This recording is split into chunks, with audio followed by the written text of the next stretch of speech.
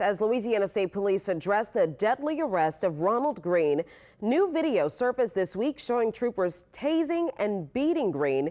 Even more video came out today. State Police addressed the investigation at a hastily called news conference a short time ago. Devin brought a lot of listen in as to what they had to say, some revelations as to what happened with the officers involved. Yeah, Sharice, this is the first time LSP has responded to the video, which was leaked to the Associated Press 2 days ago.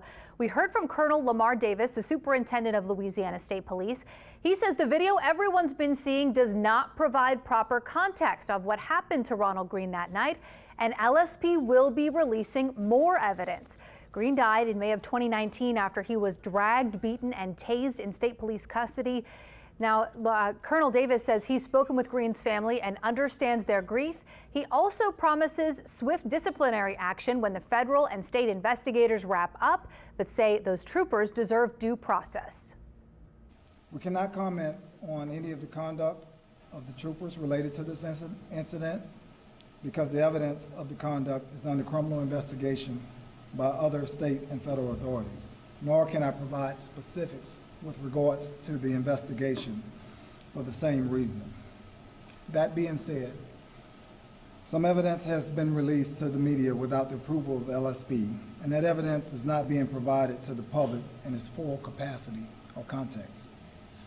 As such, today, we're releasing all of the video evidence maintained by LSP related to the custody death of Mr. Ronald Greene. Now, we are still waiting on that new video from State Police. We'll, of course, continue to follow this today and have much more on this developing story at 10. Back to you. A lot of that information not released, of course, because they say it's still under state and federal investigation. We know that we'll be getting more answers, hopefully very soon this time. But Governor Edwards also released a statement a short time ago saying he strongly supports the release of all of the video footage.